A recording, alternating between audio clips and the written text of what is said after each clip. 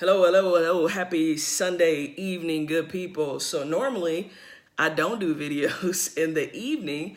Normally I'm doing devotionals in the morning. And so tonight I wanted to get on here to do not so much a devotional, but today as my pastor was preaching, he's in a series teaching Heaven Invades the Earth. And just an amazing teaching. This really been in such alignment with what God has been sharing with me. And it's just really been encouraging and just been amazing. Hey, Keisha. And so today he was teaching on just the kingdom of darkness and just amazing teaching again. And one of the things he talked about is how he's been studying this and reading the book of Mark and then also several other books. And so I decided, of course, I'm still studying the Old Testament. Most of you know this, the children of Israel and the Promised Land is what I'm studying. But tonight I decided to study Mark as well, just in line with what my pastor is studying on miracles, signs, and wonders, and the kingdom of heaven and kingdom of God. And so decided to study that. And as I was studying, I decided that part of tonight's video is I want to share a little bit. And again, you guys know this about me. It's not about me. It's not about me boasting in me. I even posted tonight just about the books that God allowed me to write, but I don't post that stuff for my own glory. If you know me any bit, you know that that's not my thing.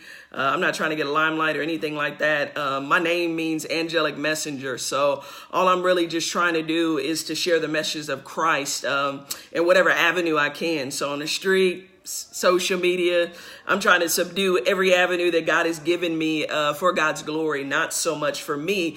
And so tonight I want to share, the reason I posted my books is just to share how amazing God is and to also share about what God has done in my life. And so I wrote those books right after God healed me. Some of you guys know this. I wrote a book last year and then I wrote a book called I Became the Miracle. So tonight I want to talk about my story about me becoming the miracle. I based it tonight out of the scripture. If you're wanting just scriptorial reference, and something that I'm studying is Mark. Tonight I was in Mark 1 studying, meditating, praying.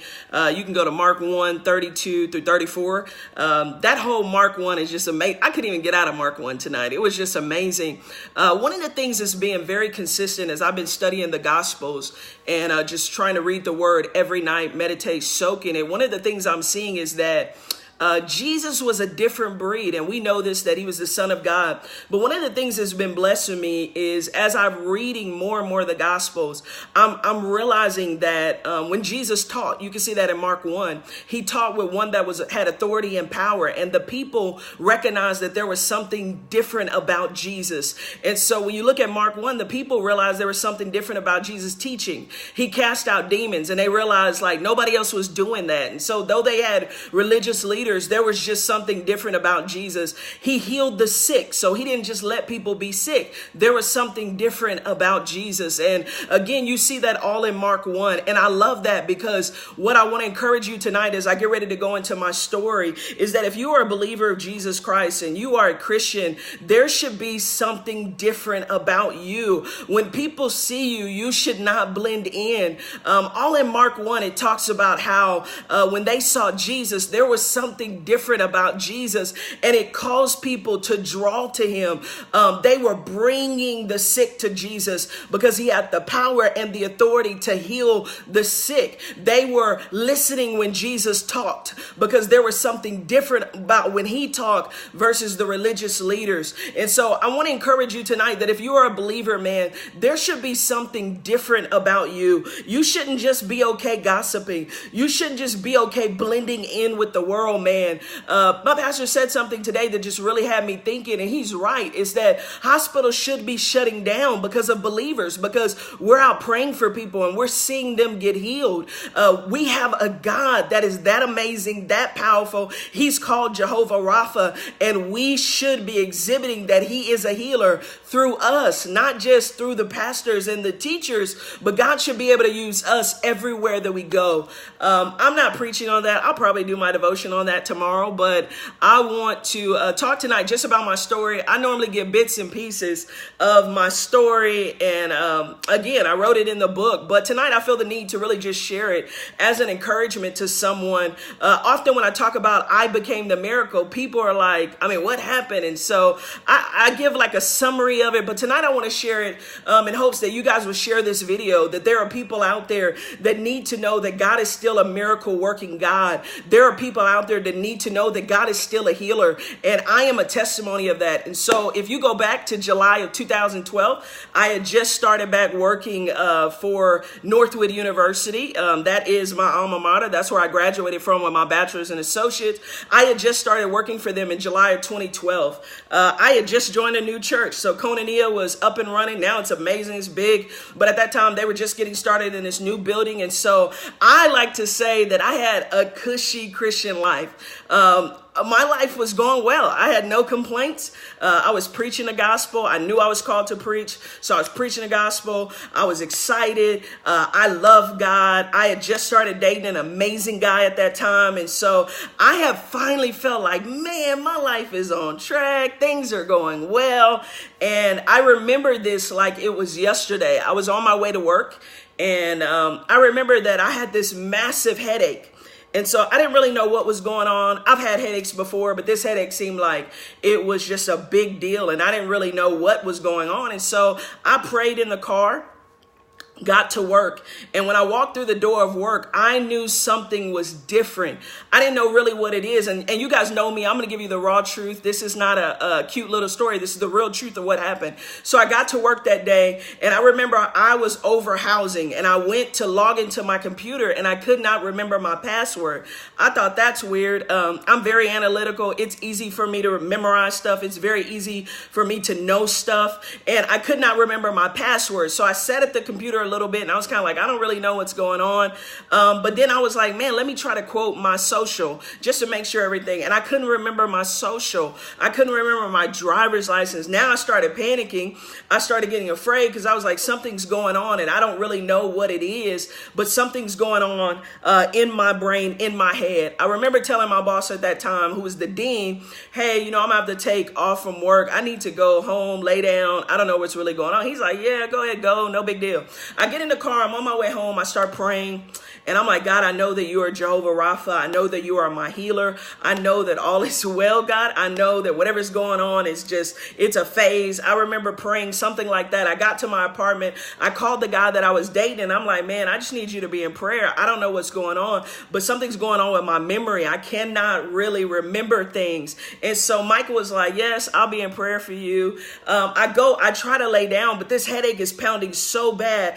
I cannot lay down. And so I tried to lay down on the couch. It didn't happen. My head was pounding. I called my mom. She's like, I'm in prayer with you. I called my mentor at that time, Jeanette Berry, and I called her, and I'm like, man, I have this massive headache. I do not know what's going on. She's like, maybe you just need to work out a little bit. If you leave the gym and you're still feeling the headache, then go to the doctor. I go work out. I am in the midst of doing Zumba, and I almost pass out. I start sweating very profusely. I remember it because they were like, are you okay, ma'am? Do we need to call the ambulance? I'm like, no, I'm good. I get in the car, I call Michael. I'm like, hey, man, something's going on. I don't know what's going on in my head, but I need to go to the emergency room. So Michael is like, hey, I'll meet you at the Arlington emergency room off Matlock. We go there. When I get into the emergency room, the doctors rush me back. They do all these tests on my brain. And they're like, ma'am, your brain is normal. We don't really know what's causing the headache. But hey, we're going to give you a headache cocktail. And so if you've ever been to the emergency room and they give you a headache cocktail, let me explain what that is.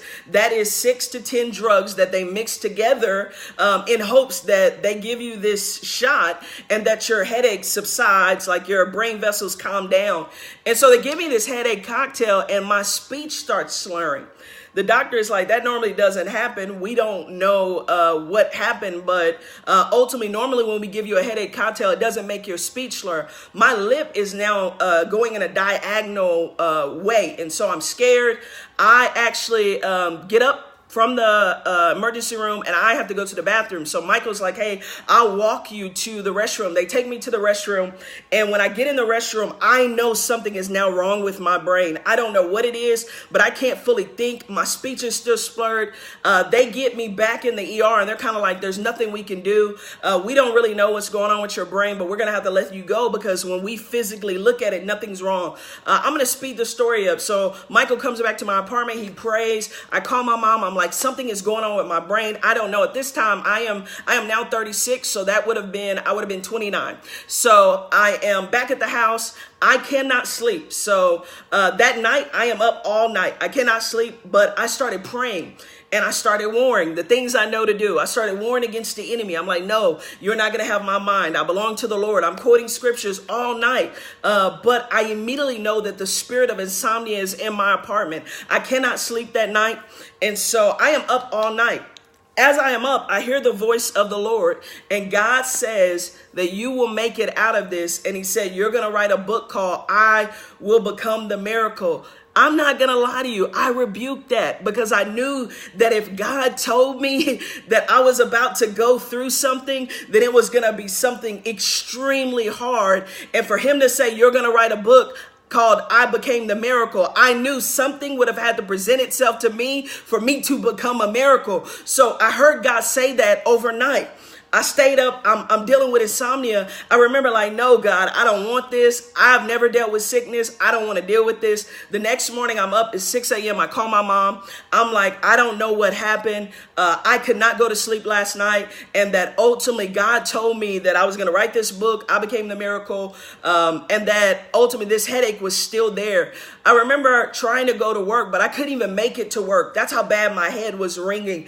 And then all of a sudden, I'm going to speed you guys up. The next 30 days, it was like my life went from great to horrible to hell. In the next 30 days, my mom had to pack my stuff up in the middle of the night, move me from the apartment because ultimately I could not function as a normal person. Now, at that time, anyone that knew me when I was 29, I was thriving. I was running. I was just going after everything that God had for me. But all of a sudden, I went from this woman that was just going to this woman that couldn't think, to this woman that couldn't speak. Ultimately, my speech was impaired. I would something would be up here and I would try to speak it, and I would stutter very badly and I couldn't get words out. And I was speaking sometimes like 2 or 3 words is all I could get out. And I would get very frustrated in those 30 days because I didn't really understand what was going on. Because let me be honest, God didn't give me specifics. He just said, you're going to come up out of this and you're going to write a book called I Became the Miracle. I didn't know all of what that entailed. And so the next 30 days, my mom packs my stuff up. I have to go on family medical leave at my job because I couldn't function. My mom moves me from Dallas, Texas, where I've been living for 15 years, back to Killeen, and I had to move in with my mom as a grown woman. That itself was hard because I didn't understand all of what was going on. I speed up the next few months. My mom is taking me to doctors. Bishop Grace at that time, he's praying for me. He's like, you're going to make it out of this. He's in Killeen, Texas. Several people of New Zion were praying for me, believing God for my healing. But it's like when I moved down to Killeen, everything started spiraling down. My mom started taking me to doctors. They were doing all these tests on me, neurologists, rheumatologists, every doctor you could think of, I went to. I would say between 40 to 50 doctors we went to. Nobody knew what was going on. My speech was gone. My ability to understand was gone. And what I mean by that is I would turn the TV on and I didn't understand anything that was on the TV. I could not think straight. During that time, my mom was praying and believing God and just saying like I was going to be healed. But I knew it was rough for her because you have your grown daughter who loves God and has been saved since 16, who is now almost in almost like a vegetable state. I could barely talk. I had a very dark shadow on me. Anybody during that time knew that there was like a very dark shadow. You can see pictures of me. I looked like I was dead.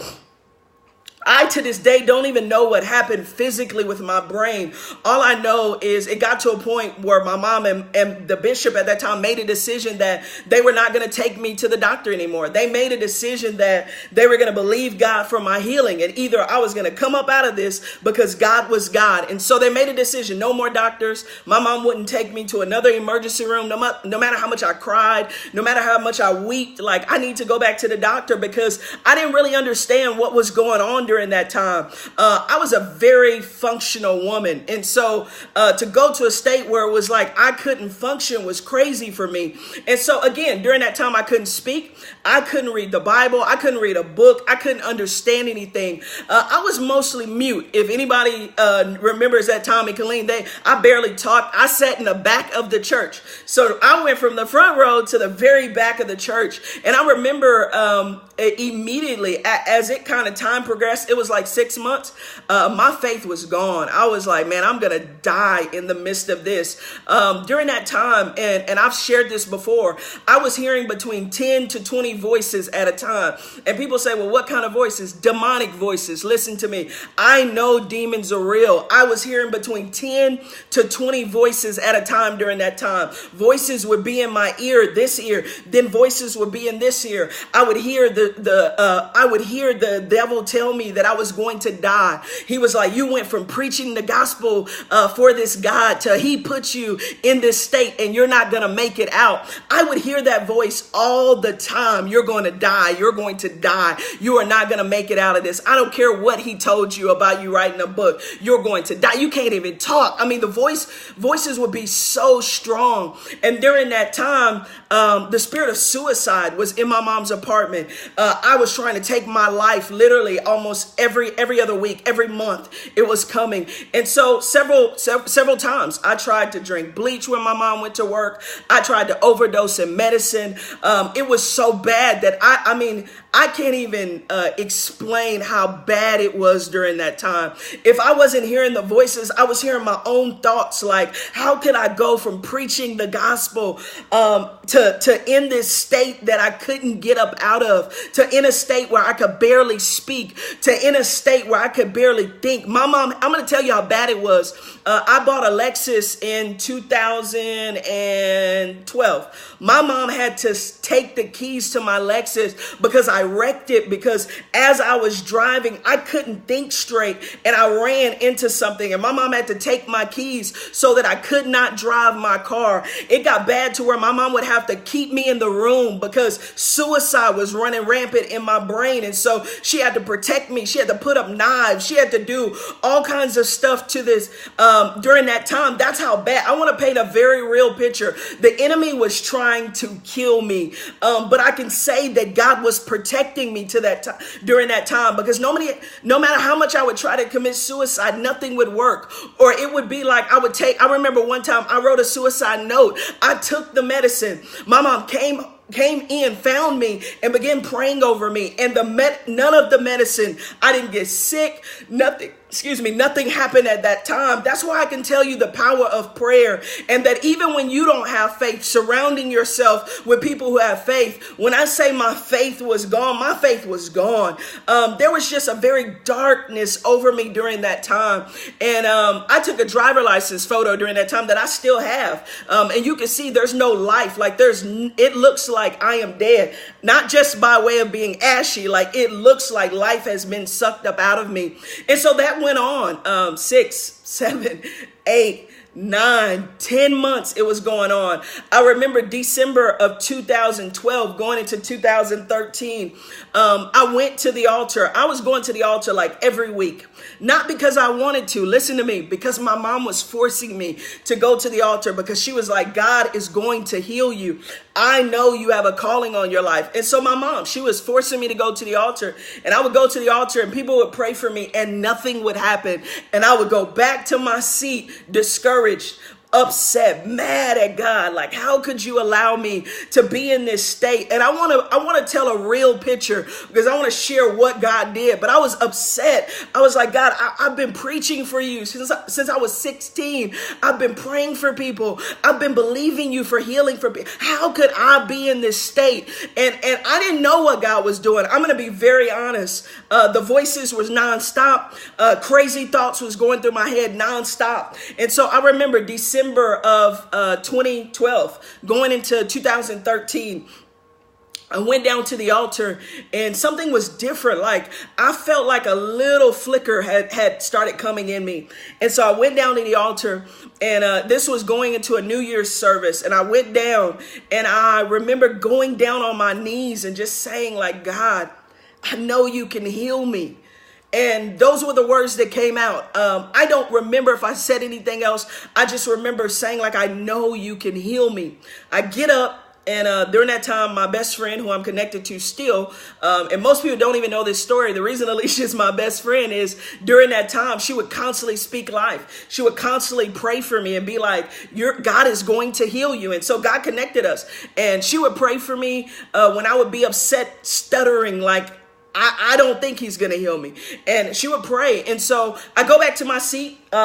This is now December. It's January. It's February. It's March. My speech is starting to come back a little bit, but I still can't understand things. And so April 18th, I'll never forget this day, never in my entire life. April 17th, I go to bed. So during this time, some of the parts that I left out is I lost 50 pounds in 30 days. So the doctors thought I was going to die because I was losing so much weight. And so my mom she ended up connecting me to a natural doctor. And they put me on this very strict diet where I could not eat fried foods. I could only eat things of the earth. So fruits, vegetables, fish, things of the sea. But I couldn't eat anything else because when they did blood work through this natural doctor, they found that my blood work was all over the place during that time. And so I lost a lot of weight. My mom will tell you this. I refused to eat. Almost 60 days, I didn't eat anything just because I had the spirit of fear. It's why I can talk so much about the spirit of fear and torment because the spirit of fear kept telling me that if I ate, I would go to sleep and I would die. And so mom would try to feed me and I would be like, no. So I stayed up, and I'm sure my mom could jump on here, but I was up for almost 45 days not sleeping.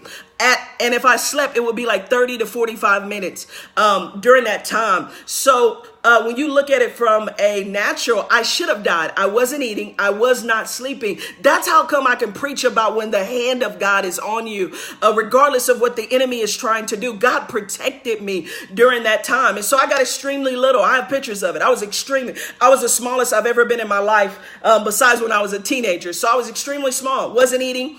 The only thing I would eat was watermelon, and it wasn't good for me because you guys know watermelon is a natural diuretic. So when you're not eating, it takes the salt up off your body. So it wasn't good for me.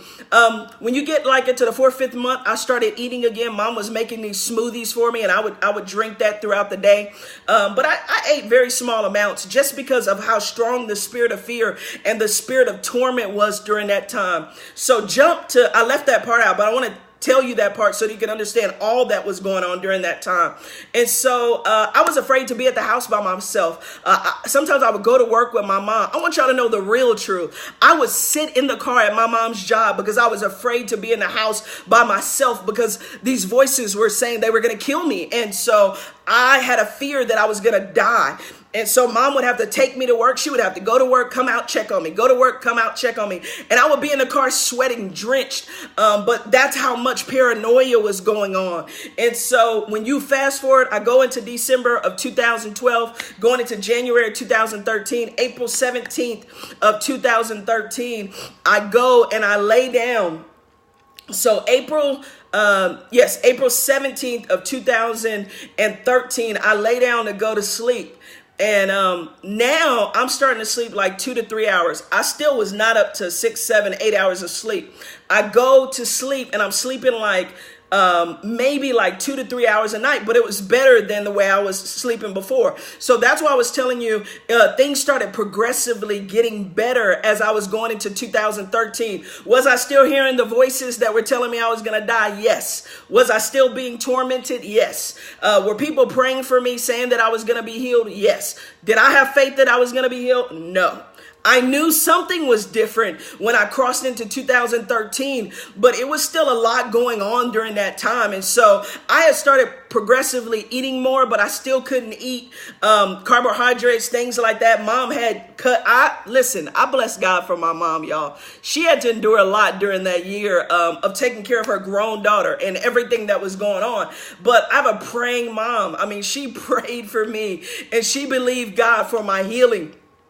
And so all of that was still going on during that time. When I go to bed, April 17th of 2013, when I woke up on April 18th, and I'm going to tell you why I'm not going to forget this day. I woke up April 18th of 2013. And I remember when I woke up, I knew something was different. And so I go and immediately I feel like I am healed. So I go and I turn the TV on and BET pops up. And this is such a funny story. But BET pops up and I can remember the lyrics of the song. Like it was an old 80s song. And so I can remember the lyrics of the song. And I'm like, hold on. I flip it to another channel and I could understand what the people were saying. And so I'm running around my mom's apartment because at this time she had went to work. I'm running around her apartment. I go and I'm like, hold on, let me quote my social. And so I quote my social. I'm like, let me just try one more thing. Let me quote my driver's license number. And I start quoting my driver's license number. And so I knew that from April 17th into April 18th, that something took place overnight. And I knew God healed me. Listen to me. There is not one person that can tell me that God is not real. There is not one person that can tell me that demons are not real. When I say I was hearing between 10 to 20 voices constantly telling me I was going to die, telling me that I wasn't going to make it, telling me I was stupid, telling me I was stupid for trusting God, telling me that I was stupid for living my life for God. Listen to me. I was hearing real demonic voices. Can't nobody tell me that this Bible that I read is not true. No one lived out that time. When I say demons were hitting my bed, telling me I was going to die, my physical bed was moving. I'm not telling you a spooky story. I'm telling you what I lived through during that time.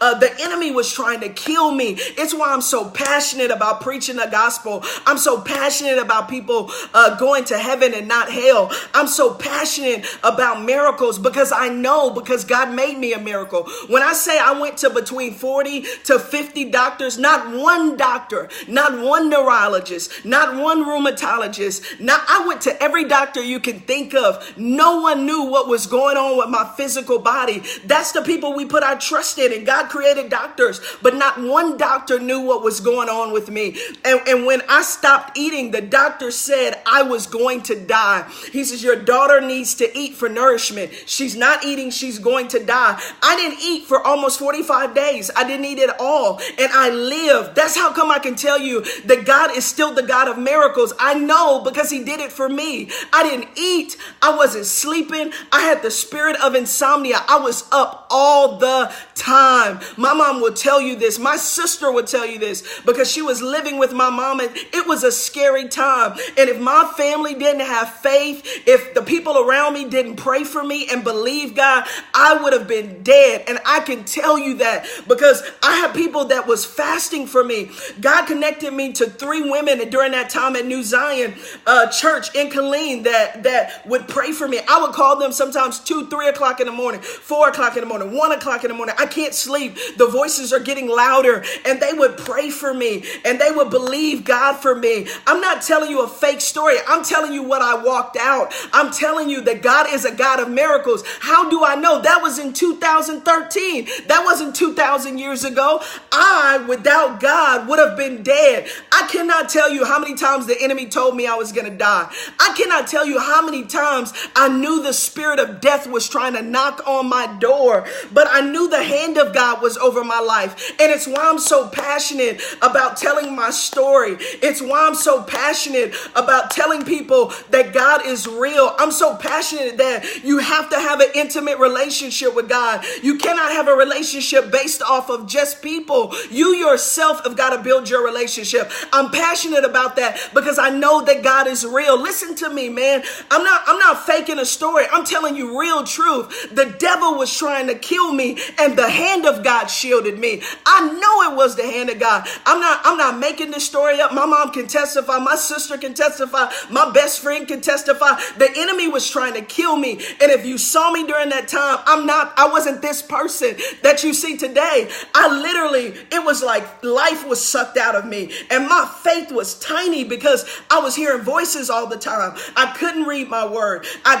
There was nothing on TV. My mom would put TBN on and make me listen to it, but I couldn't understand it. It was like it went from the TV to my ears and it was jumbled up. That's what was going on. It was like my brain was so twisted that nothing made sense to me. I would sit in church my mom would take me to church at 7 a.m. all the way to like 3 p.m. And I could not tell you what the pastor preached because it didn't make sense to me during that time. People ask me like, do you know what happened? No, but I can tell you that I don't know what physically happened to my body, but I know that there were demonic spirits sent to kill me. I can testify to that. I can tell you it's the truth. And then I can turn around and tell you that on April 18th, God healed me and I became a miracle where doctors could not do it. Doctors didn't know what was going on. It was people that prayed and believed of the God of the Bible. And when I woke up, God healed me. It wasn't no man. Nobody came in there and would sprinkle some magic juice over me. No, I woke up and every single thing in my body was lined up. My brain was functioning. My speech was restored. It was like my brain was like this and it all came in alignment the day God said, you are healed. And boom, I became healed. And I can tell you that, man, and it makes me weepy. Lord Jesus, just thinking about how hard, I don't wish that on nobody, not even my worst enemy. It was a hard thing to go through. I'm not lying. When you deal with sickness, when you deal with things like that, it is hard. It is a physically hard thing to go through. No one understands it unless you've ever been through sickness. If you've gone through something, some kind of physical illness, then you know how hard it is mentally to deal with it. And so I'm passionate about mental health because I know what it's like to deal with demonic voices. I'm passionate about God is still a God of miracles, signs, and wonders because he made me a miracle. I'm passionate about this Bible because I know it to be true because I've seen it in my own life. I am passionate about that even if you don't have faith, get around people who have faith that can pray for you. Why? Because I know it is what kept me during that time. And so tonight, again, I just wanted to share with you guys my story. Again, I can testify, and I'm trying not to cry on here, man, but God is a God. He is faithful, and he is a healer. And when God said that he was going to keep me and that I would not die, he knew what he was saying. And when he said I would write a book called I Became the Miracle, I wrote the book, not to Floss and Angela. I wrote the book because I want people to know that God is still a God of miracles. I wrote the book to encourage someone that is a diabetic, that God can heal you. I wrote the book to say that you can have high blood pressure, but God can heal you. I wrote the book that says doctors can give up on you. Listen to me. Doctors gave up on me. They were like, she's going to die. But it's like my mother prayed and she believed God. My best friend prayed and they believed God. My pastor at that time, he prayed and he believed God for me. And that's how come I'm standing here today. And I can tell you that my brain was gone. But God healed me in one night. And the very thing that God said out, and that's why I believe in the prophetic word. God spoke to me and told me that I would write a book about becoming a miracle. And I wrote that book. I didn't write that book for me. I didn't write that book because I want my name in lights. I don't care about stuff like that. I wrote that book to tell people the truth that God is still a miracle working God. I wrote that book to encourage someone that maybe your kidneys are shutting down, but I'm telling you, God can give you new kidneys. That's the type of God we serve. And I know it because he did it for me. I don't know what was going on with my brain during that time. I can tell you that I couldn't speak. I couldn't think. I wasn't eating. I wasn't sleeping, and I should have been dead. But God kept me.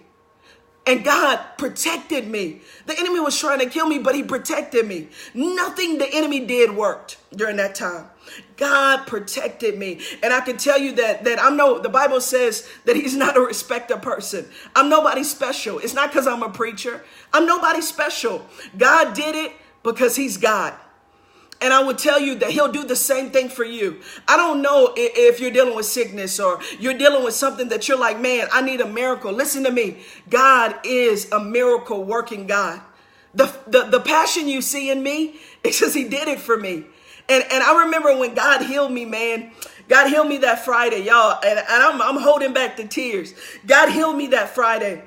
That Saturday, I got up at church in Killeen, and I testified that God made me a miracle. The church went crazy. You know why? Because them same people saw me on that back row looking like death. And then they turned around and saw me in one night be restored to life. They saw me in one night. My speech was restored. He's a miracle working God. And then from that day until when I got to Dallas, Texas, if you fast forward, 8 months later, I moved to Dallas with my best friend. When I got to Dallas, God told me, when I was in Killeen, God gave me this word. He said, I'm going to make you a wildfire. I had no idea what the word wildfire meant. And so I had to start studying and researching and what was wildfire. And you guys see me say wildfire all the time. Most people don't even know where it came from. But when God healed me, he said, I'm going to make you a wildfire and you're going to blaze. When I started studying, God told me, he said, you're going to have a fire that cannot be contained by religion. You're going to have a fire that cannot be contained by the world. You will blaze for me, and it will be a fire that will be explosive. In Luke, he talks about that. He talks about that fire. He says how Jesus says, I wish that when I come to the earth, there's a fire that is in the earth. And so God told me he would make me a wildfire. And so the passion you guys see is because he did it, man. He set me on fire. And there is no devil in hell that can shut my mouth. There is no person, there is no religious person that can tell me it don't take all that. You wasn't about to die. There is no way you can tell me it don't take all that. It takes all that and more. So when I'm running around church, when I'm shouting, when I'm doing my dance in church, it's because God healed me when I should have been dead. And that's not a cliche. No, I should have been dead. The enemy was trying to kill me, but God had his hand on me and he had a purpose. I'm sharing that story with someone to say you have a purpose, man. You have a why. There's a reason why God put you in this earth. There's a reason why the enemy can't take you out. And you've got to get in that, man. We got to stop playing games. We got to do what God called us to do. You hear me say this on my videos, man. We weren't created to Netflix and chill. God has a purpose for you and you've got to fulfill it. You've got to walk it out. You've got to do it. There's a real devil out there and there are real demons out there. We're not afraid because the Bible says we should tread upon serpents and scorpions and snakes and over all the power of the enemy, and nothing shall by any means harm us. We're not afraid of the devil because God's given us power over him. He has limited power. When it comes to believers, he has no power. And so we're not afraid of him, but we've got to be in position. We've got to be doing the things that God is telling us. There is a world out there. I love a scripture that says that the world is groaning. They are waiting for the true sons of God. That son is not gender. It's not what he's talking about. He's talking about sons that he's talking about in Romans. For as many are as led by the Spirit of God, they are the sons of God. That's who he's talking about. The world is groaning for the true sons to stand up, man. We've got to get out there. And the reason I started off with Mark 1, because I want you to see the life of Jesus, the God we serve. When he went out there, man, he operated in authority and he operated in power. He healed the sick, man. People couldn't come around Jesus and not be healed and whole. He taught with power and authority. So we've got to do that. We've got to go out, man, and we've got to pray for people. We've got to go out, man, and we've got to lay hands on the sick as God is leading us. We've got to go out and we've got to share this gospel, man. Get back to sharing the gospel. Get back to sharing what God is doing in your life. The other day I said, don't forget to share your story. The reason I'm getting on here tonight and say God healed me in one night what doctors couldn't do is because I'm sharing my story. I want you to be encouraged that God God is still a miracle working God. And so we've got to get back to doing that, sharing our story, sharing our testimony, sharing this word, what God is doing in our life. The world needs to hear it. Other believers need to know. I can tell you I became a miracle. I can tell you that the doctors gave up on me and said I was going to die. The reason I can tell you that is because look at me now. God healed me. He made me a miracle in one night, but not for me. When I moved back to Dallas, God said it's not for you. It was for my glory. It wasn't because God was going to make me great. It was for his glory. The reason everywhere I go, I share that story. When people are dealing with sickness, I share that story. How many people had given up and said I was going to die. I share that story as an encouragement that God is still a miracle working God. I share that story about how I dealt with a mental fight when I was dealing with that sickness. Why? Because there are many believers struggling with mental fights and we're not talking about it. So I share that the story about how I battled with the spirit of fear and torment when I was sick. Why do I share that story? So people can know that demons are real, but we have authority over them. We have to share our story, believers. And we have to go out there, man, and do what it is that God has called us to do. I pray that if you're jumping on here, man, go back to the beginning. You'll hear my story as to how I became a miracle, what God did where doctors couldn't do, how I talk about how I stopped eating. I talk about all of that. Go back to the beginning of this video, man. Share this video with someone, man, someone that needs to know that God is still a miracle working God. I love it. If you guys get in there, read Mark 1 where Jesus is talking about how he healed the sick. He healed the leper, man. No one could come around Jesus and not be healed. And so God healed me. And I know he healed me so that I could be his mouthpiece. I started off by saying, my name is Angela. My name means angelic messenger. When God healed me, I made him a promise. Everywhere I go, I'm going to share how you made me a miracle. Everywhere I go, I'm going to share the gospel. Everywhere I go, if you tell me, God, to pray for someone, I'm going to pray. If someone's sick around me, I'm praying for you. I'm believing the Lord for your healing. Why? It's what we're supposed to be doing. We can't be looking like the world. They sick, we both sick. Ain't nobody getting healed. No, they're waiting for us. So we got to stand up and be who God called us to be, man. We've got to be who God called us to be. One of my favorite scriptures in which Jesus says that we are the salt and the light, man. We got to be that everywhere we go.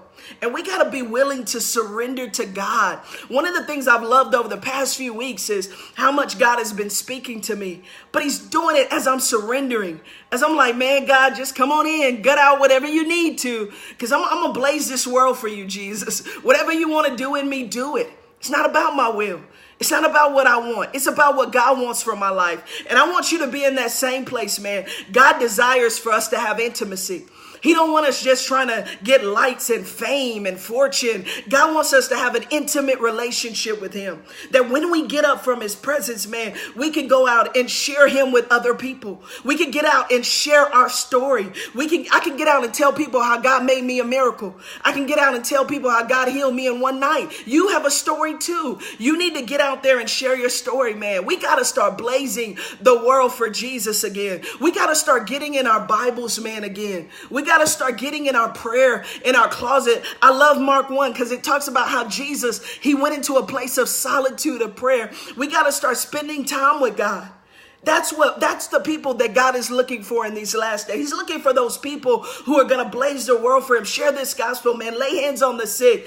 Draw people to him, not to us, but to him. That's what we're called to do. I love you guys, man. If you're jumping on here, go back, hear the beginning of the story as to what God did, how he made me a miracle, man. I love you. I pray you guys have an amazing week. Of course, this week I'm going to get on and do some devotionals in the morning or mid-morning. But I hope if you don't get to see me again, that you have an amazing week. I pray that you have amazing rest tonight. And I pray that this week you would choose to blaze the world for Jesus. God bless.